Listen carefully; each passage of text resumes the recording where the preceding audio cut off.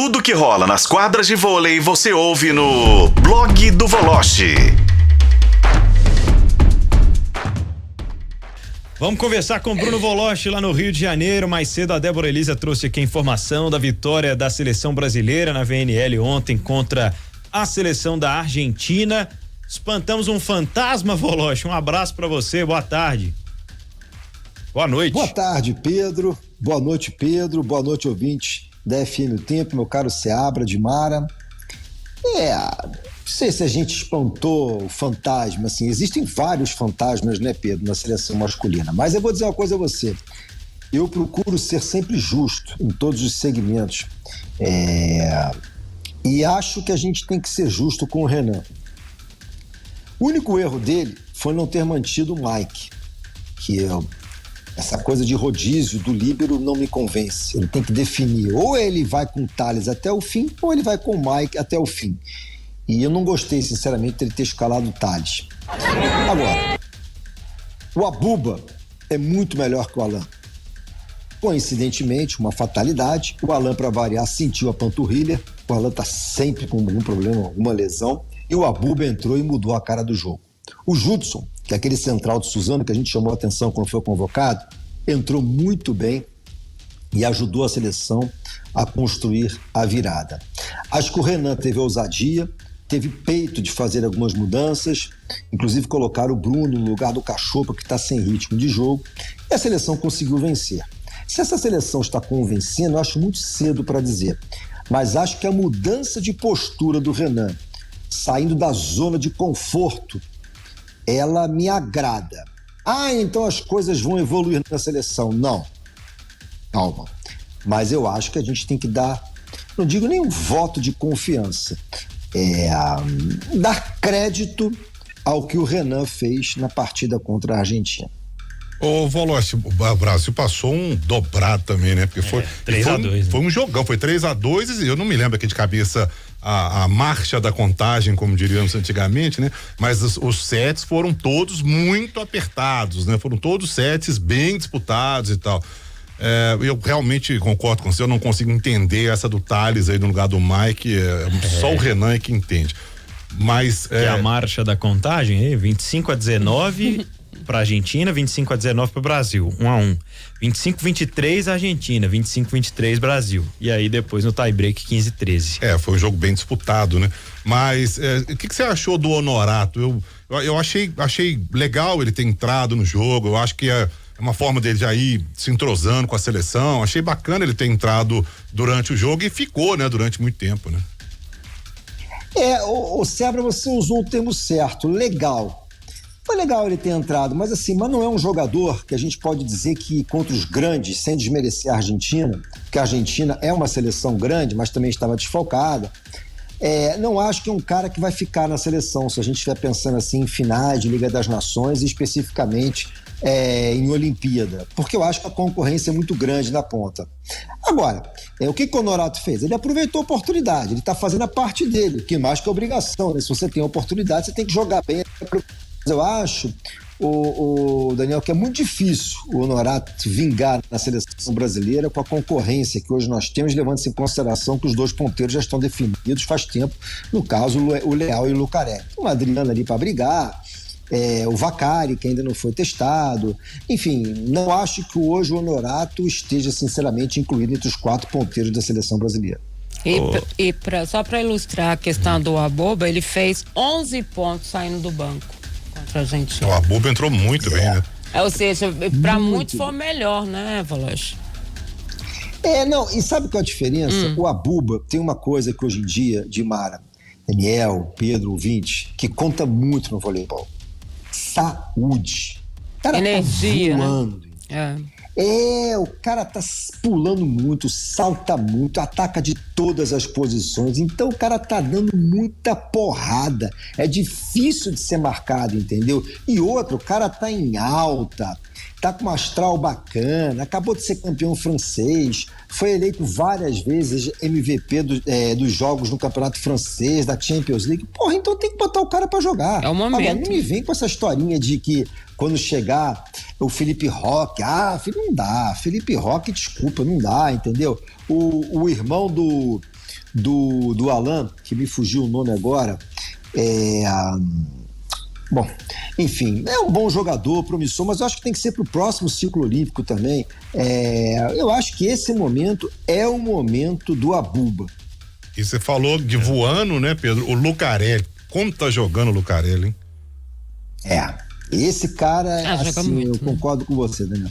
É o ponto de equilíbrio da seleção brasileira, é o cara que passa, é o cara que dá sustentação, é o cara que dá volume de jogo, é um cara respeitado internacionalmente, é um cara que ganhou muita coisa no voleibol italiano, que é onde hoje estão as principais estrelas do voleibol mundial. Então, assim, o Lucarelli é o ponto de equilíbrio, sim, da seleção brasileira. É o Darlan, né? O irmão do Alan. Darlan, obrigado, Pedro. É uma dupla, Alan e Darlan Souza. Opostos, mas irmãos.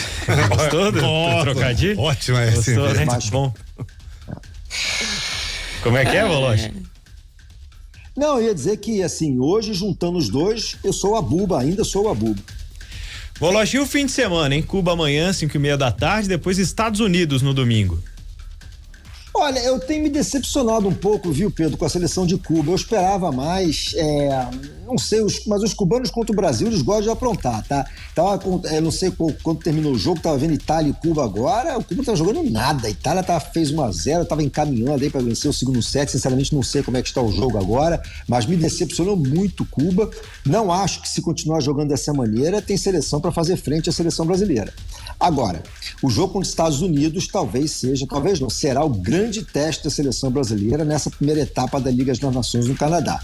Se a seleção dos Estados Unidos jogar o que jogou até agora e o Brasil jogar o que jogou até agora, os Estados Unidos vão vencer o jogo no domingo. Mas é um jogo também cercado de muita rivalidade, os caras gostam de jogar essa partida, os jogadores crescem.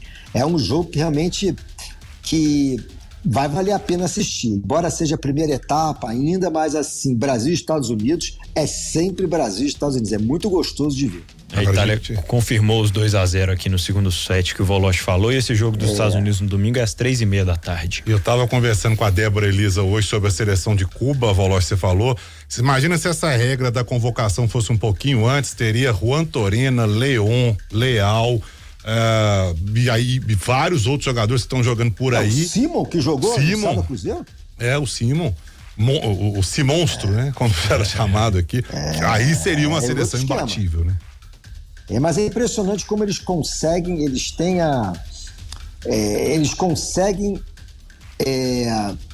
mesmos acabam se quebrando, se desestabilizando pela cultura, pela filosofia do governo de Cuba, que infelizmente, enfim, todo mundo sabe como é que funcionam as coisas lá e os caras não aguentam durante muito tempo. Bruno Voloche, pra gente fechar. Pra eles mesmos, né? Como é que é? Eles perdem pra eles mesmos, né? Verdade. Duas coisas, eu vou te pedir para responder a pergunta do dia, mas antes falar do Flamengo, né? A vitória de ontem, o Flamengo tava ali até o finzinho do jogo meio que tropeçando, né? Tropeçando no Racing da Argentina, mas conseguiu uma vitória, gol de mais um garoto, coloca lá os meninos, o Sampaoli, e eles acabam resolvendo o jogo. O primeiro gol foi do Wesley, inclusive. Ô Pedro, quando a gente era menor, a gente jogava aquele jogo Ludo, Detetive, lembra quando você andava casinhas? Você lembra daquele joguinho? Pois é. Eu acho que o Flamengo andou umas 5 casinhas para trás. Me decepcionou, não gostei. O Flamengo não foi o Flamengo do jogo com o Vasco, não foi o Flamengo da Copa do Brasil com o Fluminense, e me preocupa. Porque assim, já era pro Sampaoli ter dado uma cara a esse time e não aconteceu. Foi salvo pelos dois meninos, e eu acho que talvez o maior exemplo desse time de São Paulo que não emplaca é o Pedro. O Pedro é um jogador completamente diferente daquele Pedro que, aliás, desde que ele foi convocado para a seleção, verdade seja dito, o Pedro não voltou mesmo, né? Não sei se é o efeito do Tite, não sei o que aconteceu com o Pedro, entendeu? Mas ele nunca mais voltou mesmo, não é toda a responsabilidade. Enquanto isso, o Dorival Júnior voando no São Paulo, o Jesus assumindo a seleção da Arábia e o Flamengo com o Sampaoli. Essa situação dos ex, né? Que passaram lá pelo Flamengo recentemente. Ô, Voloche, a pergunta do dia que é a seguinte: hoje parte da torcida do Cruzeiro, um grupo, né? Pequeno de torcedores, pendurou algumas faixas na porta da Toca da Raposa, protestando nominalmente contra alguns jogadores, né? Chamando o Rafael Cabral de frangueiro, o Bruno Rodrigues de barbantinho, o Henrique Dourado de mau centroavante, enfim. E a pergunta é: se você, ouvinte, né? E você, no caso, membro aqui da mesa do Tempo Esportes, concorda com esse tipo de manifestação ou não, Voloche?